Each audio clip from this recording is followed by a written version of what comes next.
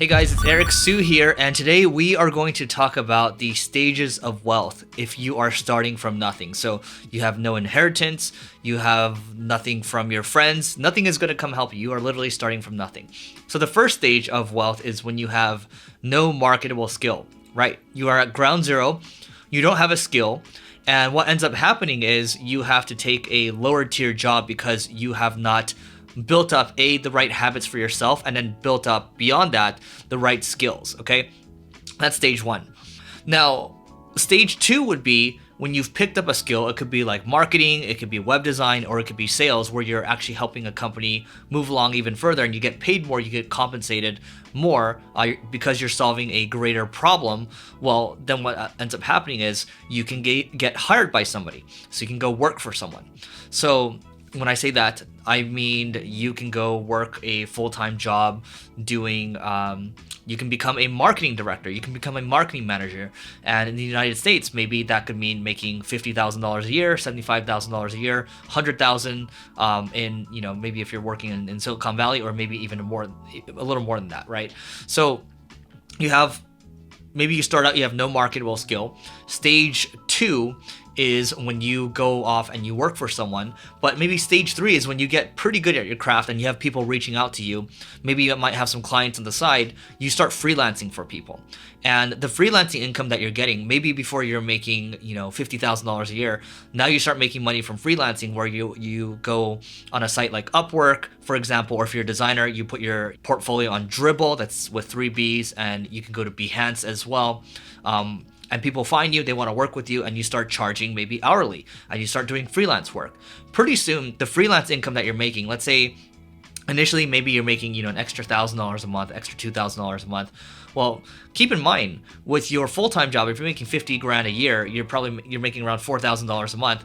Your aim is to replace that income. So you're going to replace that income, and that becomes, maybe you're making $4,000, $6,000 a month or so, and then you can quit and you can go more full-time on your freelancing gig. In that scenario, I actually did a podcast with a guy named Andrew Wilkinson from a company called Tiny Capital, and they own a bunch of different businesses, and he talked about the concept of a LAUNCHPAD business. So this could be consulting, or this could be starting a drop shipping business, right? So typically you start with freelancing, or you start with drop shipping, or you might have a digital products business that you can sell. It could be courses as well. But typically a drop shipping business, what you're trying to do first is you're trying to build a business that can generate you anywhere from $100,000 to $200,000 a year take home, so you can cover your costs, you can take care of your family, and you're good to go. Because after that's taken care of, everything else is gravy. You can take risks, you can take shots, because you want to have that foundational piece that is strong enough, sturdy enough to not go away.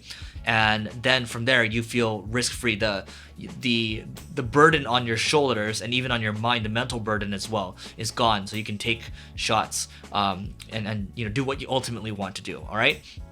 So that's stage three. So stage one, marketable skill, working for someone, starting a LAUNCHPAD business. And then stage four would be hiring a team for that LAUNCHPAD business. So maybe initially you're doing the work for people, and people want to work with you, but you become so busy that you just don't have the time of day anymore. And we all have the same number of hours, so you got to figure out how to build leverage. And the way to build leverage is to start to hire people. All right. So when you hire people, guess what? Your consulting or your freelancing business will upgrade into an agency type of business, where you have people, you have staff on your team, you're building a culture.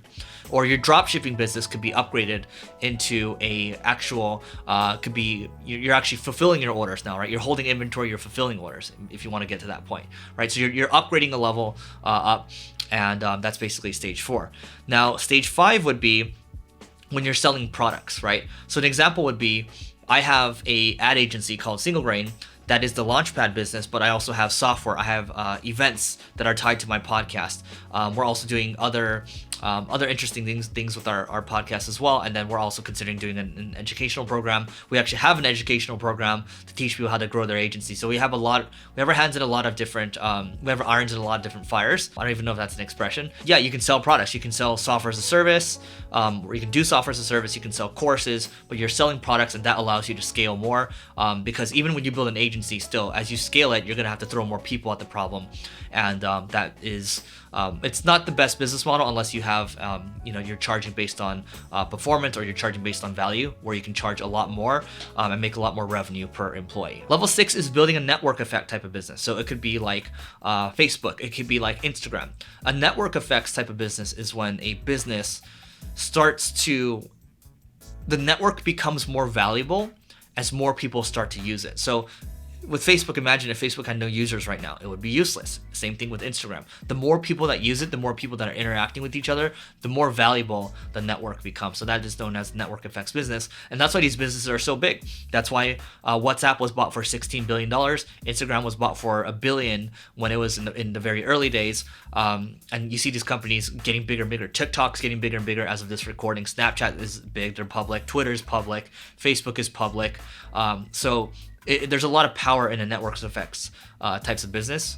Network effects type of business. There we go. Uber is another example, and that's level 6. So you can imagine. I mean, you have a lot of billionaires that have these types of businesses, right? You have Mark Zuckerberg, the person that sold WhatsApp as well. He's a billionaire, right? He sold the company for $16 billion. Now, level 7 is, this can kind of go in tandem with some of these stages, but I like to look at level 7 as, when you think about beyond just your business, what are you going to do with the profits of that business? Are you going to reinvest it? Are you going to try to reinvest it into the business, or are you going to go out and you're going to acquire other businesses, right? So that is a mindset shift. And when you shift your mindset into that of an investor, and people can say, yeah, they're investors in the stock market. That is certainly an investor, but there's also being an investor in the context of you actually buying other businesses and putting operators in them. Not a lot of people know how to do that, but once you know how to, scale and start a business, you're going to know exactly what you need. And most people don't know how to do that, which is why most people just buy stocks,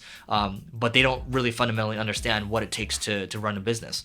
Now, Warren Buffett and Charlie Munger, it's a different story, because they've learned over the years how to run a business. They look at the financials a lot. They read a lot. They spend hours and hours each day reading, but they've learned what it takes to run a business. And even Berkshire Hathaway, their main office has about 30 people or so they know a thing or two about running a great business and what it takes to produce amazing results. Those are the 7 stages of wealth. I'm going to start from the top again.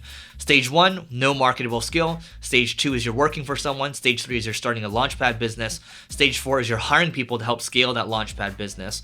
And then stage 5 is you are selling products. So it could be like SaaS products.